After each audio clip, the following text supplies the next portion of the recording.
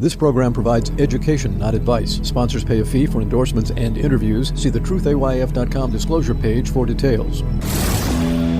This is where technology, innovation, and personal finance come together.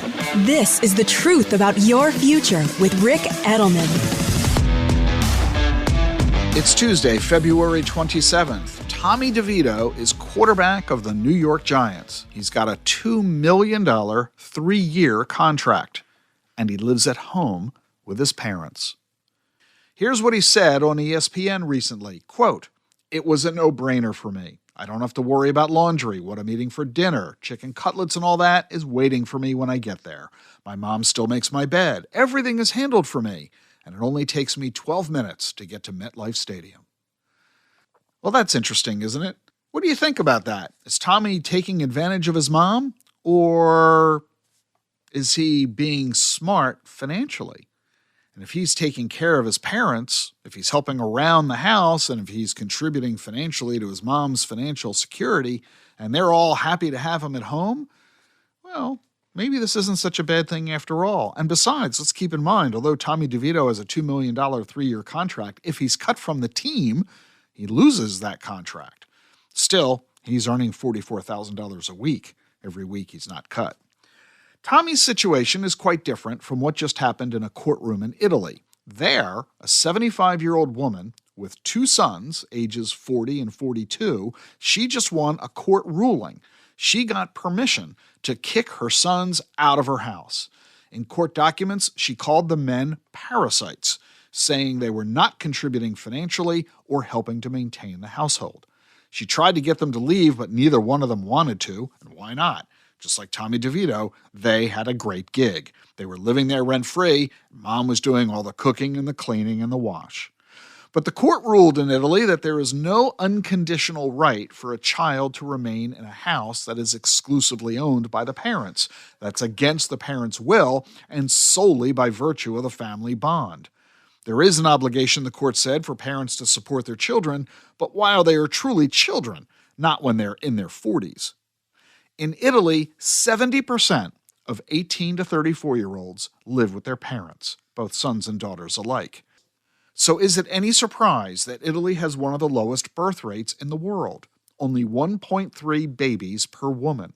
You need 2.1 babies per woman to sustain the population. They've only got 1.3. Last year, for the first time, less than 400,000 babies were born in Italy. And now, in Italy, for every 7 babies born, 12 older people die. Italy's replacement rate has gone negative.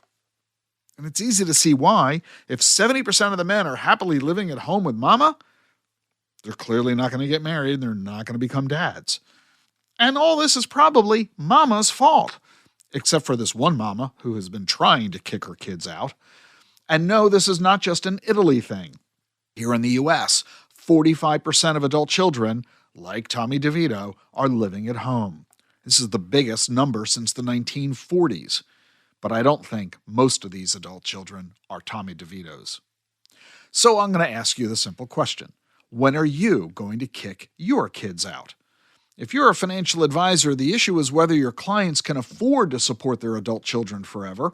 Sometimes this cohabitation structure can make sense. The kids are sure saving money, and the house is plenty big enough for everybody. If the kids are contributing financially or with chores, if the kids are saving what they would otherwise be spending on rent so they can one day buy a house of their own, sure, all this can work. But if one is taking advantage of the other, if the parents really can't afford this third person in the home, I mean, think about it. There's a lot more costs of food, electricity, heating.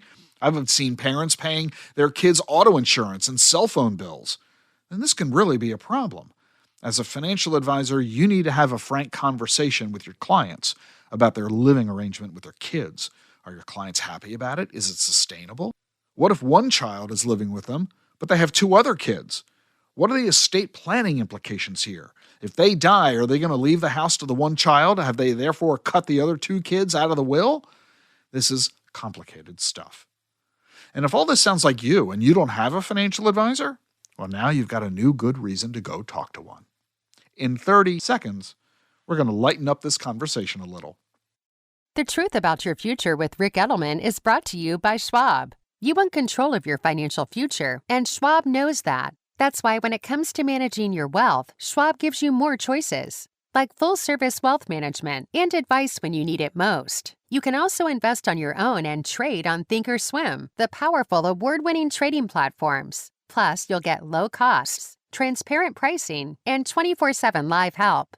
Because Schwab understands it's your financial journey, and they believe you should have choices in how you invest. Visit schwab.com to learn more.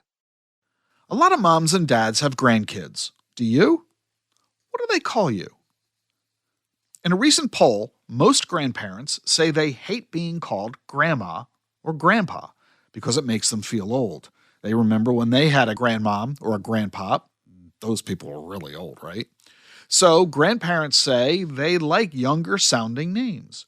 Gigi, Suki, Lala, Maji, Cha-Cha, or derivatives of grandma and grandpa like Grams, Grandma, Glamma, Jeepa, and Poppy. Some grandparents invent names that reflect their personalities. Go-Go, Bunky Chief, Honeybirdie. Part of the reason that new grandparents don't want a name that sounds old is because they're not old.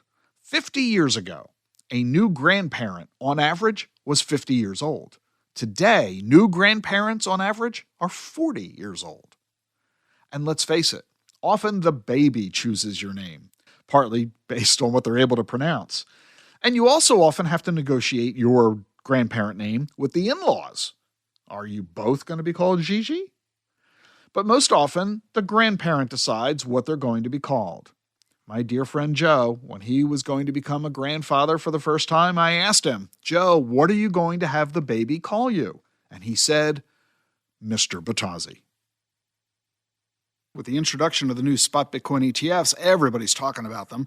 They represent the most exciting new product innovation and investment management in years, and the biggest news for crypto in a decade. But before you even think about investing, you need to know all about them and what they all mean for your portfolio and your financial future. To help you, I've created 2 toolkits to give you the information you need. One for financial advisors and another one for investors. Both are available to you to read and download for free. Both toolkits include a simple 1-page chart that lets you easily and quickly compare all the different ETFs so you can see how they differ. You also get several white papers I've written on what to expect in terms of asset flows for these ETFs. And the link to both of them, the Advisor Toolkit and the Investor Toolkit, is in the show notes. On tomorrow's show, a poem. How should you think about Bitcoin? Turn to a specialist. For 6 years, Bitwise has been helping investors access crypto. Bitwise manages the world's largest crypto index fund. They also offer 6 crypto ETFs.